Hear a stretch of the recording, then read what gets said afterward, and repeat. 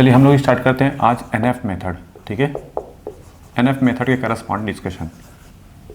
देखो ये method applicable कब होगा, यूज़ इसको जो अप्लाई कब, यूज़ ओनली इन इक्वेशन में क्या क्या प्रेजेंट होने चाहिए,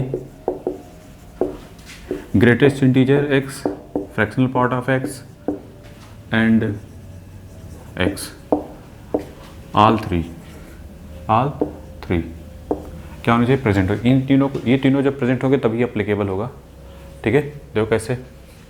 फॉर एग्जांपल तौर पे एक क्वेश्चन ले लेते हैं, एक जिससे ज़्यादा समझ में आएगा।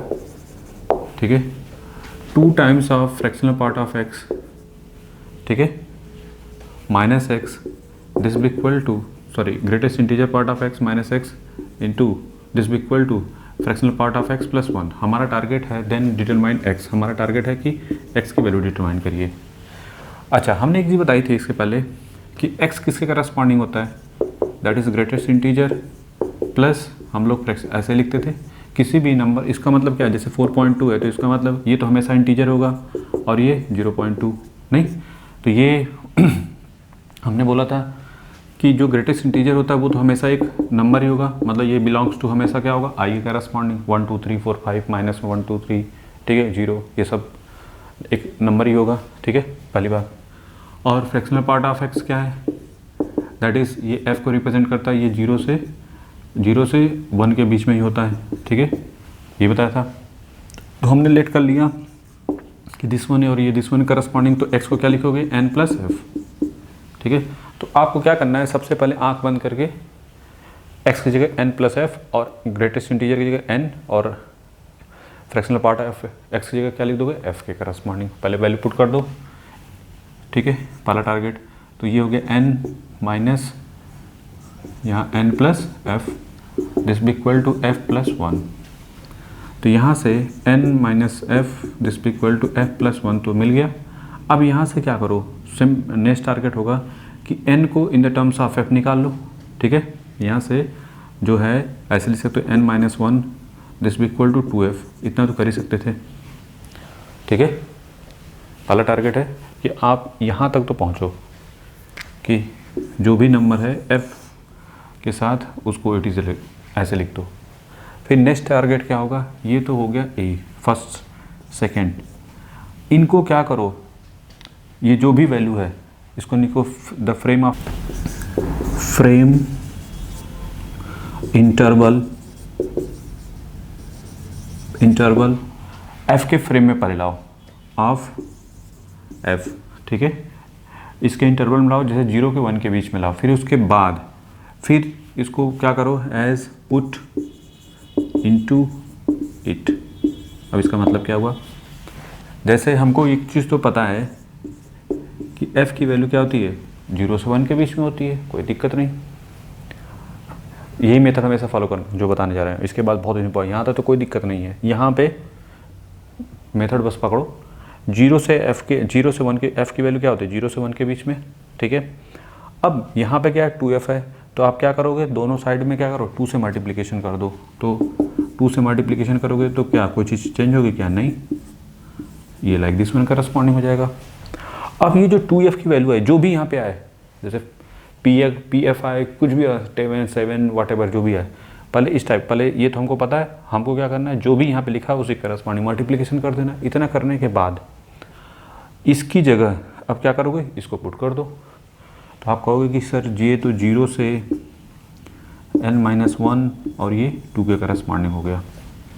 ठीक है, इतना तो कोई दिक्कत नहीं। अब जैसे ये आपने पुट किया, अब इसको n क्या है, एक इंटीजर है, तो आप पहला टारगेट ये करो कि जो भी यहाँ पे है, ये जो भी वैल्यू है, वट एवर जो भी वैल्यू होगी, इतना तो फिक्स है, ये एक इंटीजर वैल्यू है। 0 से 2 के बीच में कितने इंटीजर होंगे, नहीं, यहाँ पे देखो 0 और 2 से कम। ठीक है, 0 यहाँ पे इक्वल टू 0, तो यहाँ पे कितने इन बिटवीन कितने इंटीजर होंगे, ये क्या है, एक इंटीजर होगा ना।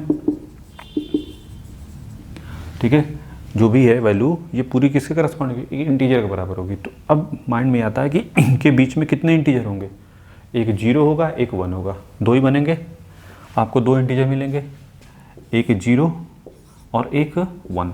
पहले यहाँ पे तो लिख सकते हो कि पहला इंटीजर क्या आया, इंटीजर 0, इन बिटवीन 0 पे देखो इक्वल टू है और यहाँ पे लेस देन है, दैट्स वाई। और यहाँ पे एक इंटीजर मिला जो कि किसके करस्पॉन्डिंग है, 1 के करस्पॉन्डिंग है। यहाँ तक तो कोई डाउट नहीं। अब क्या करो, एक बार n-1 दिस भी इक्वल टू 0, n-1 दिस भी इक्वल टू 0, और यहाँ पे n-1 दिस भी इक्वल टू जो भी वैल्यू है लिखी हुई है चुपचाप पुट कर दो।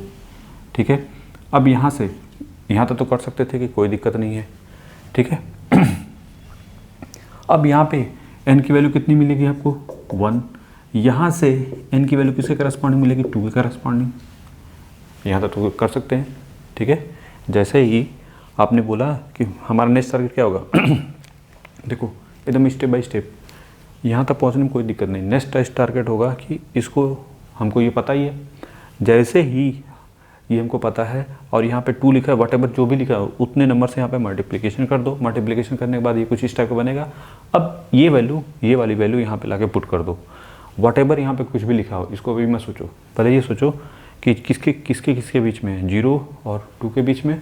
तो इन बिटवीन कितने इंटीजर होंगे, एक कौन कौन से इंटीजर, एक 0 आ रहा है, एक 1 आ रहा है। तो ये वैल्यू एक बार 0 के बराबर होगी और एक बार किसके बराबर, 1 के बराबर होगी। तो वहाँ से हमको क्या मिल गया, देखो एक बार 0 के बराबर और एक बार 1 के बराबर। तो हमको यहाँ से n-1 दिस इक्वल टू 0, तो यहाँ से n की वैल्यू कितनी मिल गई, 1 के करस्पॉन्डिंग।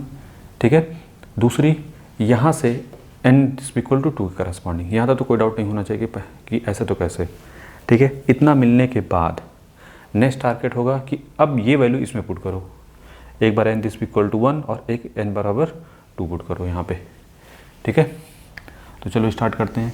तो अब हम पुट करेंगे यहाँ पे। ठीक है, इसके बाद वाला स्टेप यहाँ से क्या करेंगे, n दिस इक्वल टू 1, जो आपको n-1 this equal to 2f था, यही था। इसमें एक बार n दिस इक्वल टू क्या पुट कर दो, 1। तो 1 पुट करोगे तो 1-1 दिस इक्वल टू 2f। तो f की वैल्यू क्या मिल गई, 0 करस्पॉन्डिंग। ठीक है, अब नेक्स्ट टारगेट क्या होगा, ये जो value n this equal to 1 पे हमको f कितना मिला है, 0। तो हमारा x क्या हो जाएगा, इसके करस्पॉन्डिंग n प्लस f होता है, बस वैल्यू पुट कर दो। n की वैल्यू 1 है, f की वैल्यू 0, तो x की वैल्यू क्या मिल गई, 1 के करस्पॉन्डिंग। ठीक है, पहले वाले से। दूसरे वाले से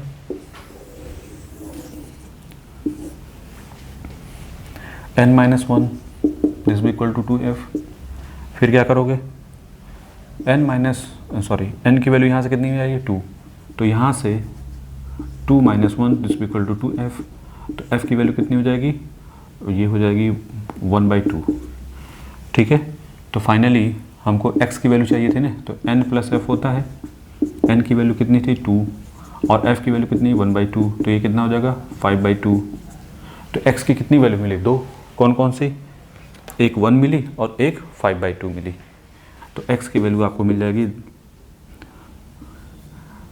कौन सबसे पहले आएगा, 1, फिर इसके बाद 5/2। This is the final answer. बना लो इसको पहले जल्दी से। प्रोसीजर पता चल गया कि यहाँ तक सबसे करने की दिक्कत नहीं। जैसे यहाँ पहुँचो फिर इसके बाद क्या करो, जो भी यहाँ पे नंबर था उसके करस्पॉन्डिंग आप करो। फिर इसके बाद क्या करो कि इसको इन बिटवीन वट एवर जो भी लिखा है उसको भूल जाओ। पहले देखो कि ये इसके अंदर कितने इंटीजर आ रहे हैं, 2। अगर 3 आते तो बराबर, वो भी हम उसको भी कंसीडर करते। चूँकि 2 ही इंटीजर आ रहे हैं, 0 क्योंकि इक्वल टू है और यहाँ पे 2 से कम है, तो 0 पे तो खुद 0 भी एक इंटीजर है और एक आएगा 1। तो 0 1, और एक बार n-1 दिस इक्वल टू 0, एक बार n-1 दिस इक्वल टू 1। तो इनसे हमको n की वैल्यू मिल गई। और जैसे n की वैल्यू मिलेगी, ये वैल्यू ला के कहाँ पे पुट कर दो, इस वाले इक्वेशन में। ठीक है, तो आपको f मिल जाएगा। अब f मिल गया, n मिल गया, इन दोनों की वैल्यू यहाँ पे पुट कर दो, तो x की वैल्यू आ गई 1। कब, जब n की वैल्यू 1 होगी और f की वैल्यू 0 होगी, तो हमको x 1 मिलेगा। और फिर यही कंसेप्ट हमने यहाँ पे लगा दिया। ठीक है, फिर उससे हमको मिल गया। बना लो जल्दी से इसको।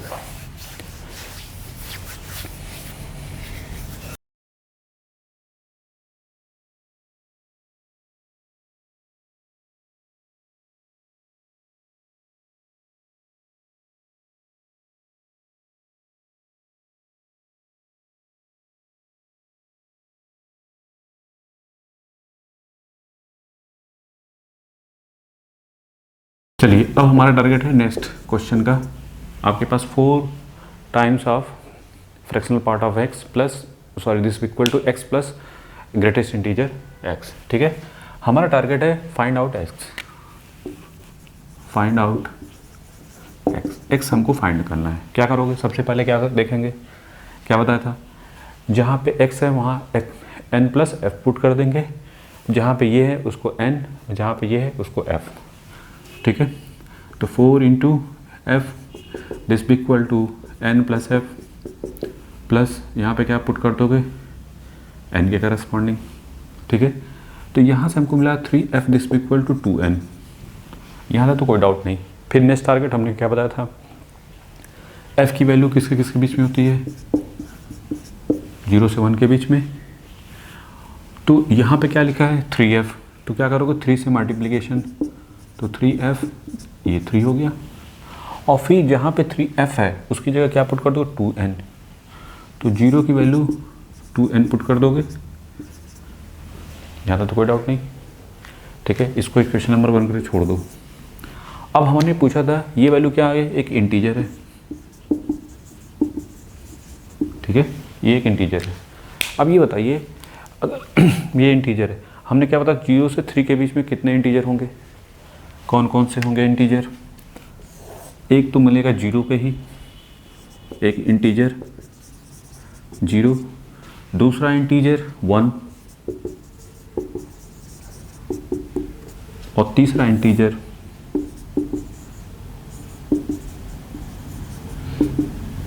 कौन सा मिलेगा 2। आपको 3 इंटीजर मिलेंगे। ठीक है, ये हमको 3 इंटीजर मिल गए। अब हम इन पे चेक करेंगे एक बार।